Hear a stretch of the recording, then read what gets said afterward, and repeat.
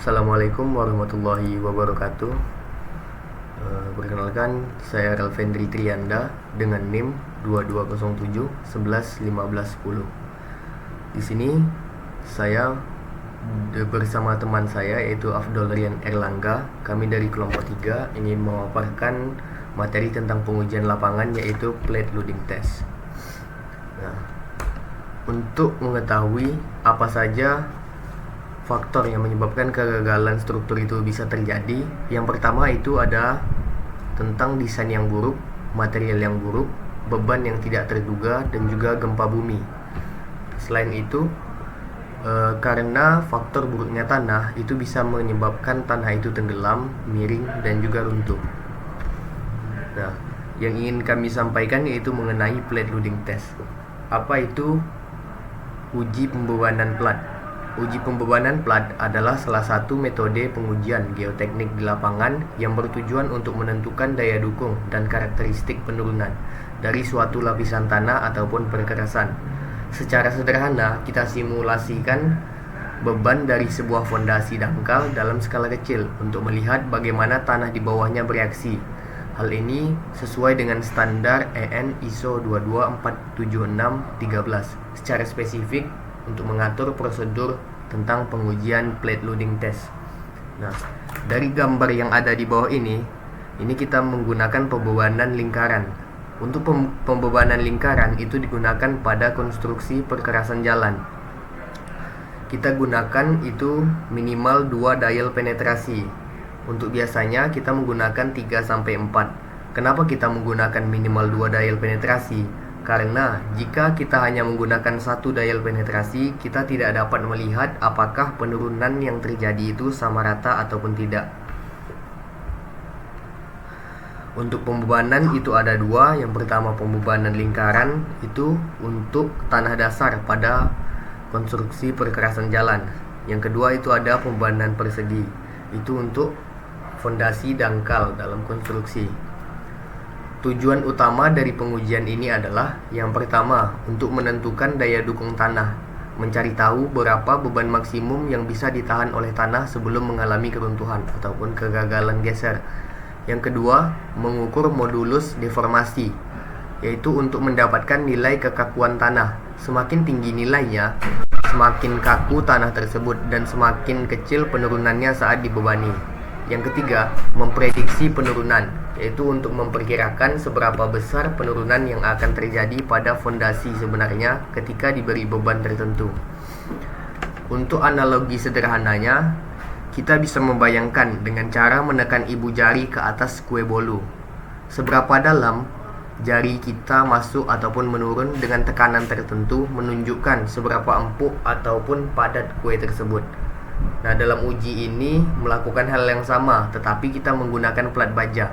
Kita bisa menggunakan telapak tangan dan juga bisa menggunakan ibu jari. Untuk tanah yang keras, ketika kita melakukan dengan pembebanan telapak tangan, itu tanah tidak akan menurun. Namun untuk tanah yang lembek dan juga lepas, ketika kita tekan dengan pembebanan telapak tangan, tanah tersebut akan terjadi penurunan.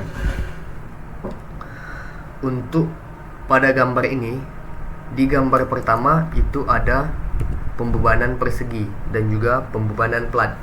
Untuk pembebanan persegi, seperti yang saya sampaikan tadi, itu dilakukan untuk fondasi dangkal. Sedangkan untuk pembebanan lingkaran itu untuk tanah dasar pada perkerasan jalan. Untuk pembebanan persegi minimal 300-750 mm dengan tebal 25 mm. Itu untuk base plate-nya yang terbuat dari bahan baja. Untuk tanah padat ataupun tanah kaku, kita menggunakan base plate yang kecil. Sedangkan untuk tanah lepas ataupun tanah lunak, kita gunakan base plate dengan diameter yang besar. Selanjutnya pada gambar ini menggunakan pembebanan persegi. Nah, pembebanan persegi ini kita gunakan untuk fondasi dangkal. Yang pertama yang harus kita lakukan sebelum memulai pengujian yaitu kita membuat lubang, yang dimana diameter lubang itu kita buat 5 kali dari lebar maupun panjang base plate yang kita punya. Sedangkan untuk kedalamannya kita sesuaikan dengan fondasi dangkal yang ingin kita bangun.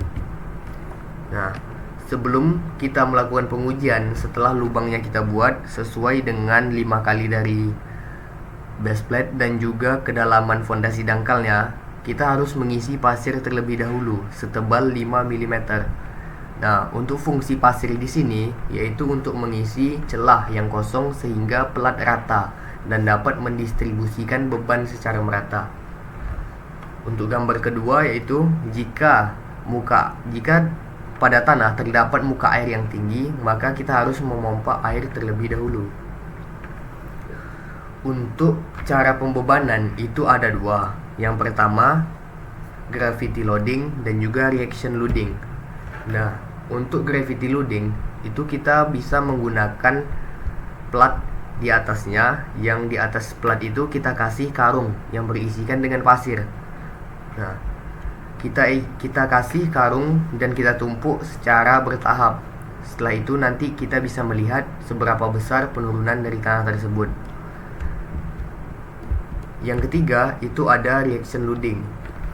Nah, untuk reaction loading seperti gambar ketiga ataupun gambar yang di bawah ini, itu kita menggunakan balok ataupun kita menggunakan angkur yang biasa kita gunakan untuk pengujian sondir, atau bisa juga kita cor supaya dongkrak pada sisi sebelah kanan dan kiri ini tidak terangkat, sehingga menghasilkan pembebanan yang merata pada tanahnya.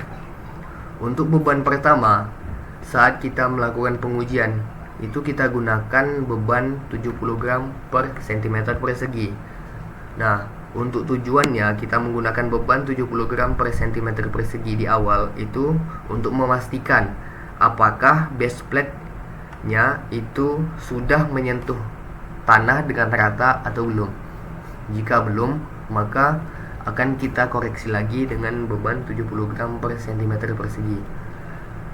Untuk penyampaian materi plate loading test akan disampaikan selanjutnya oleh teman saya Afdol Rian Erlangga. Baik, selanjutnya saya akan melanjutkan penjelasan dari teman saya Ralfendi. Nah, setelah kita anggap permukaan tanah yang sudah rata, kita langsung uji dengan pemberian beban. Misal di sini adalah 1 kg per cm persegi atau 1/5 dari beban atau target daya dukung yang kita inginkan. Nah, setelah itu kita akan membaca bacaannya untuk bacaan 1 menit, 2,25 menit, 4 menit, 6 menit, dan seterusnya. Selanjutnya kita baca dengan interval 1 jam. Nah, untuk tanah lempung biasanya itu dibaca sampai bacaan 24 jam. Dan untuk tanah selain lempung itu kita baca sampai penurunannya kecil dari 0,02 mm per menit. Dan ketika penurunannya sudah kecil dari 0,02 mm per menit, maka kita lakukan penambahan beban dan kita ulangi pengujian selanjutnya seperti di awal. Nah, untuk bacaan kita baca sampai dia kedalamannya tuh besar dari 25 mm atau sampai tanahnya runtuh, tergantung yang mana duluan. Artinya kalau misalnya kecil dari 25 mm dia sudah runtuh, berarti kita sudah berhenti bacanya. Nah, untuk grafiknya di sini ditunjukkan. Di sini ada load dan settlement. Untuk garis oranye itu adalah tanah lepas tanpa kohesif. Ini grafiknya. Kemudian untuk grafik warna biru itu adalah tanah yang kohesif. Kemudian untuk garis hijau itu adalah tanah lanau campuran dari kohesif dan non kohesif. Dan coklat itu adalah jenis tanah padat non kohesif. Nah, di sini kita bisa lihat untuk grafiknya tanah padat non kohesif dan tanah kohesif itu memiliki grafik yang curam ke bawah. Artinya pertemuan lengkungan di sini itu bisa kita anggap sebagai keruntuhan. Sementara untuk tanah lepas dan tanah lanau, yaitu yang ditunjukkan oleh garis oranye dan hijau, itu dia tidak menunjukkan atau kita tidak bisa menentukan di mana garis keruntuhannya. Maka kita buat dia dalam skala log. Nah, penurunan ini kita bikin dalam skala log, di mana jika kita bikin dalam skala log, di sini adalah titik pertemuan yang bisa kita lihat, di mana di sini menunjukkan garis keruntuhannya. Jadi yang awalnya tadi grafiknya seperti ini menjadi seperti ini. Nah, bacaan loadnya di sini itu adalah daya dukung ultimate dari platnya. Tetapi kita tahu bahwa daya dukung plat yang kita dapat itu tidak bisa kita langsung simpulkan atau kita jadikan patokan untuk menghitung daya dukung fondasi, karena dimensinya tadi berbeda. Yang dimensi plat itu lebih kecil daripada dimensi fondasi yang mau kita rencanakan. Maka kita buat formula di mana untuk tanah lempung itu nilai daya dukung fondasi sama dengan daya dukung dari platnya.